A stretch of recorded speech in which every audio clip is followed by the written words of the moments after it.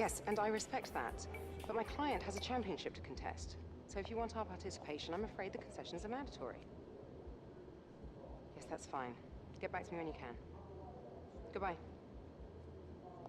No one ever just signs the contract. Anyway, thanks for coming by on such short notice. I just needed to cover a couple of quick things with you before you race. Firstly, as requested, there's a copy of your contract. It's a rolling deal. However, the team reserves right of termination if you fail to meet performance standards. You're second driver for now, but work hard, hit your targets, and I'll be able to sweeten the deal. I'm also looking to get you into some invitational events throughout the season. The experience and exposure from these will be great for your image. Plus, you'll get to drive some nice historic cars. Now then, go get ready for the next session, and good luck.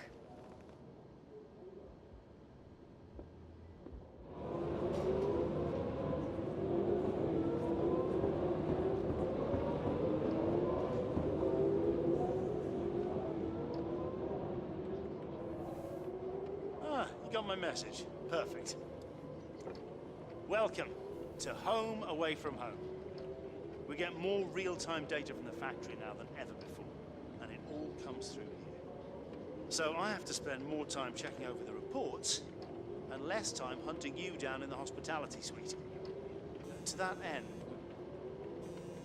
Sorry, just a sec.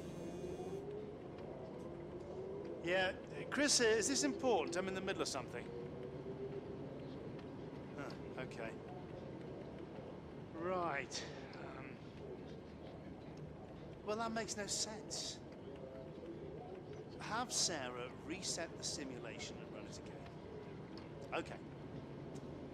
Sorry about that. As I was saying, we've set up a desk for you at the front here. You can get onto the network from your laptop, so make sure to check the R&D screen regularly. And let us know how you want to use the data that we've collected over the weekend and through the practice programs. Also, bear in mind that the news from the factory won't always be good.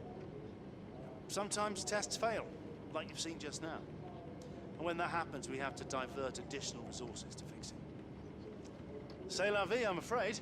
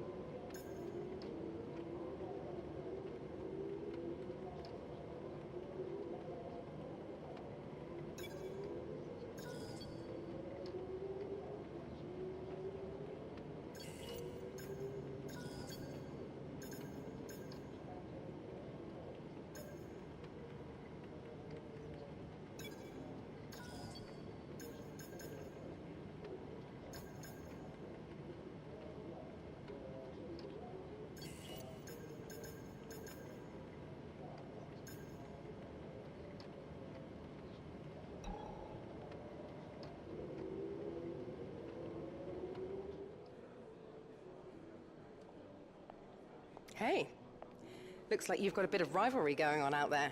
This is good. Gets people talking about you. Just make sure you outperform them, okay?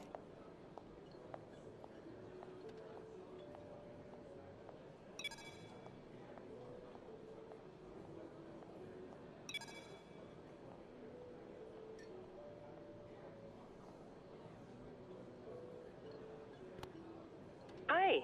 Just letting you know that we've had the team's expectations through for the upcoming qualifying session.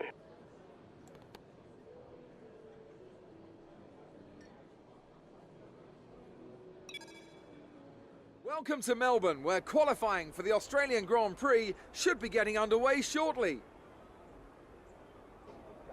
And as we wait, poised for the start of what will hopefully be a thrilling qualifying, why don't you tell us, Anthony Davidson, about the things you can do to really get the most out of a car in a session like this? Well, you're largely limited by the Parc Fermé regulations, of course. Back in the old days, pre-2004, you'd work on both a qualifying setup and a race setup over practice, and then swap them over after qualifying. So the race car was quite different at times to the qualifying car. Nowadays, though, you have to find a compromise that works for both. There are a few things that you can still adjust during the session, such as the differential, the brake bias, and the front wing angle, but that's about it. So it's more about optimizing what you do have and adapting your own style to suit the track conditions.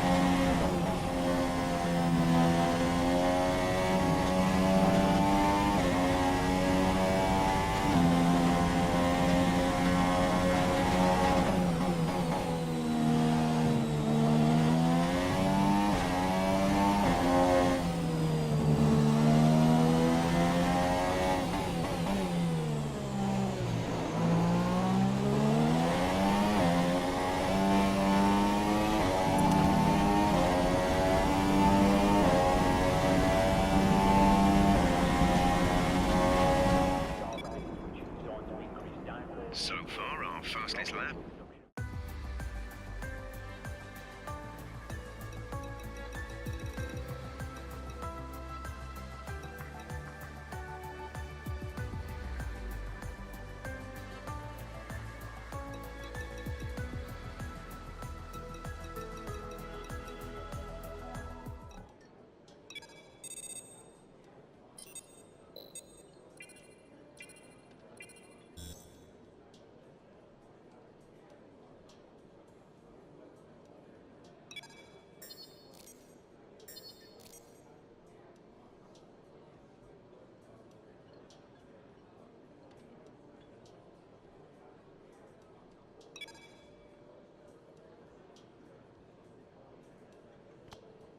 Hi, guess who? I've seen the team's expectations for the race, so I thought I'd pass them on and wish you luck. Take care.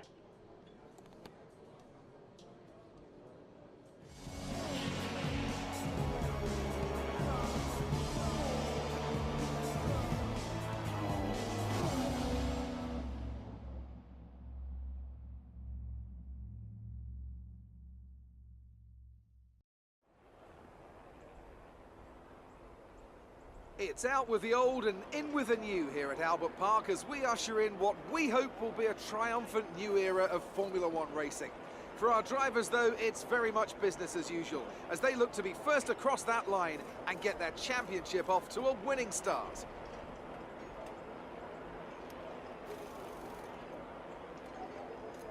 Just south of Melbourne's downtown business centre is the one and only Albert Park circuit. 3.3 miles of public roads, all closed for the weekend of course, make for a bumpy racing surface with little undulation. There are 16 corners around the lake, but a couple of good passing opportunities as well, thanks in part to the DRS zones into Turn 1 and Turn 3. Today's race, of course, not simply the start of a new season, but the start of a new kind of Formula One. Anthony Davidson, great to have you with us once again. This is a big moment for the sport, big changes to the technical regulations, the potential perhaps to give us the biggest shake-up since 2014. Very different cars visually and, fingers crossed, much faster as well. Good thing then that combined these teams put in just a shade over 13,000 kilometres on the clock during testing. The cornering speed of these new machines is absolutely unbelievable. How many lap records are still held by Michael Schumacher from 2004? Well, on the right day, on the right tyres, we might just be threatening them this year. Wider tyres, wider cars, more downforce. I have to say they look great, and the qualifying spectacle is undebatable. Now the big question remains, can they follow? Can they race? Or have these new rules gone too far? Well then, after an exciting qualifying session yesterday, let's take a look at how the cars line up. Kimi Raikkonen's perfect lap yesterday sees him start from pole position, and Lewis Hamilton completes the front row. Looking down the rest of the grid we have Vettel, Bottas, Max Verstappen and Massa, Ricciardo, Stroll, Perez and Nico Hülkenberg, Ocon, Magnussen, Carlos Sainz and Grosjean, Kvyat and Renault, Fernando Alonso and Stoffel van Dorn, Wehrlein and Marcus Ericsson rounds off the grid. Now it's almost time to lights out, so let's go down to the track.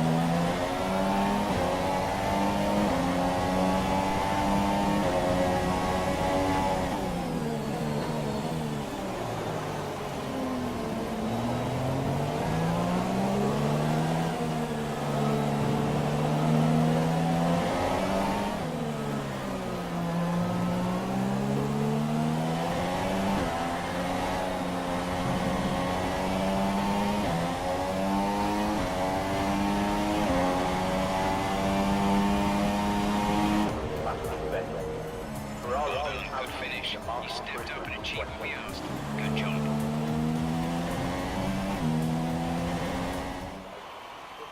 A great win then for the Mercedes team today. So, Ant, how exactly did they set themselves apart from the pack today? Rain always has the potential to liven up a race and mix up the order, and they've taken full advantage of that to claim the victory today.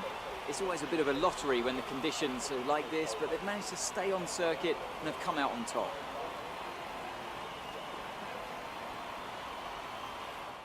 Well, this is it. This is where they all want to be. Here come the top three then, out onto the podium after a fascinating Grand Prix.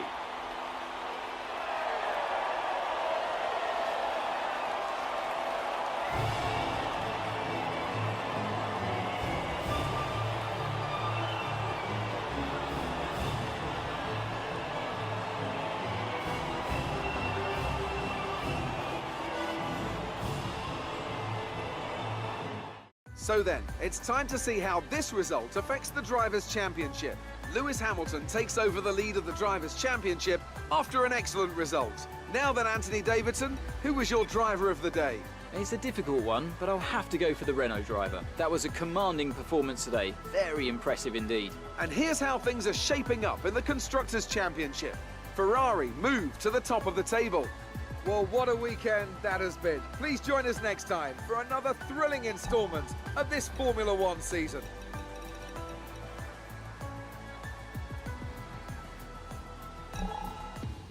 Is this the one? Indeed it is. And this is Jonathan. He's going to let you drive some of his cars. Well, not quite my cars, per se. It's a mere detail. You know, I'd really rather be down there racing them myself, to be honest. I'm actually quite handy behind the wheel, but it's the downforce, those lateral Gs, you know? The old neck can't really handle it. So I need a pro. And that's where you come in. We run in a bunch of events throughout the year. Time trials, races, all sorts. And I have it on good authority that you have the ability and temperament to do well in these.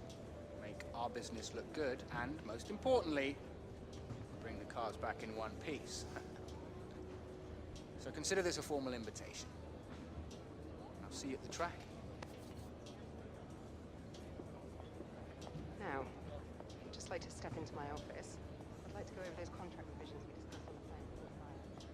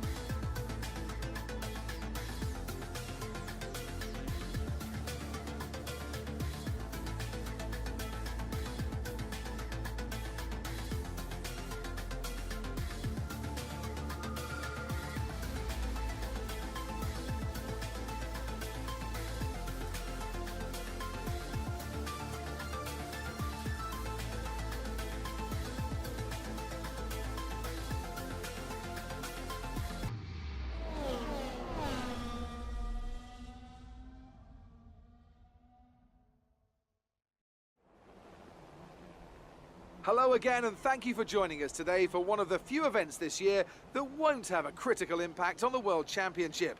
So maybe we can all relax just a little bit more and enjoy the action from this wonderful field of historic cars.